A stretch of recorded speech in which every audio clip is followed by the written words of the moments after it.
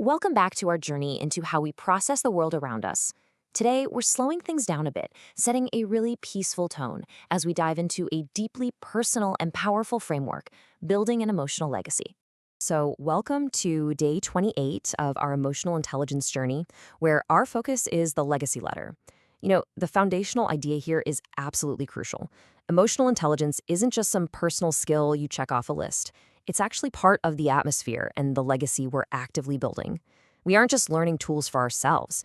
We are literally shaping the very air that others breathe around us. Let's dive right into section 1, the atmosphere we build. Take a second and just reflect on your daily life. Who is actually affected by our emotional choices? Well, according to the source material, it's our homes, our children, our loved ones, our friendships, and our leadership. Basically, every single person who experiences us daily is impacted by the emotional choices we make. I want you to just sit with that for a moment. We are completely responsible for that atmosphere. Moving on to section 2, actions that build legacy. So, how do we actually shape that atmosphere? It all comes down to our immediate reactions. Instead of just defaulting to reacting in the heat of the moment, we can make the intentional choice to pause. The source material puts this so perfectly. When we learn to pause instead of react, we are building legacy. And this absolutely applies to how we handle conflict too. It's tough, I know, but when we choose to apologize instead of defending ourselves, we are building legacy. Every single time you choose humility over defense, you're laying down a brick for the future. Think about those conversations with your team or your family. When we listen first for correcting others, we are building legacy. It just completely changes the dynamic of a relationship when the other person feels truly heard before they get corrected. This also takes a lot of internal vulnerability. When we name our emotions instead of hiding them, we are building legacy. By giving a real name to what we feel, we demystify it for ourselves and for everyone else around us. And really, all of these actions culminate into one ultimate goal. When we choose to create safety instead of operating in fear, we are building legacy.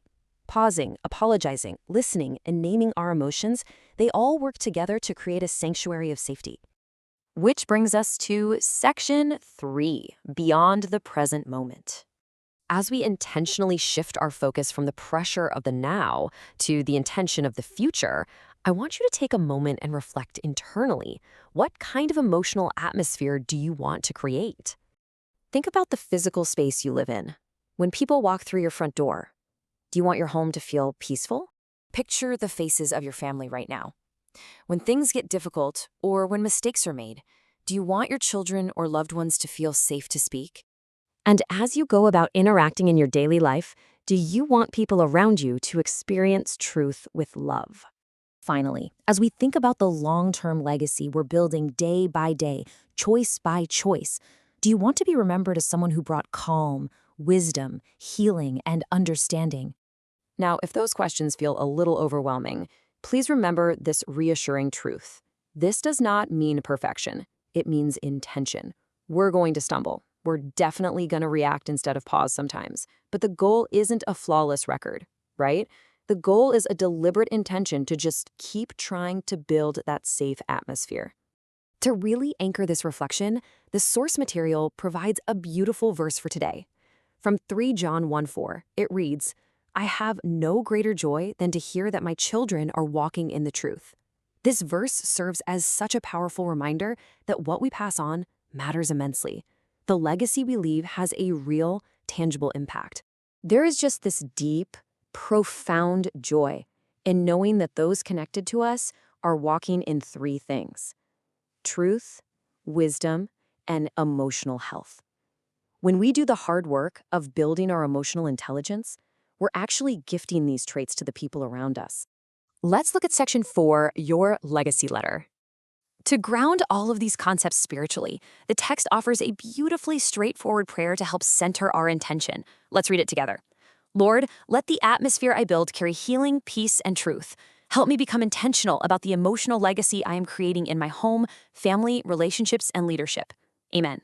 And that brings us right to your specific action item for day 28. It's time to write the legacy letter.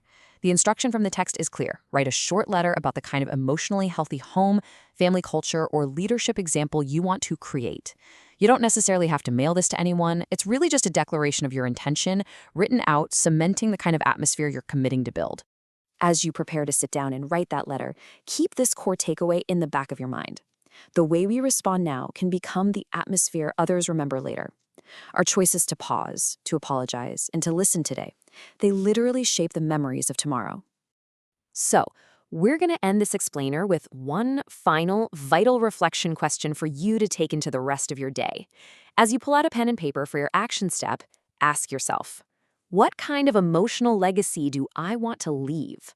Thank you so much for joining me to explore this material. Take a deep breath, embrace intention over perfection, and go write your letter.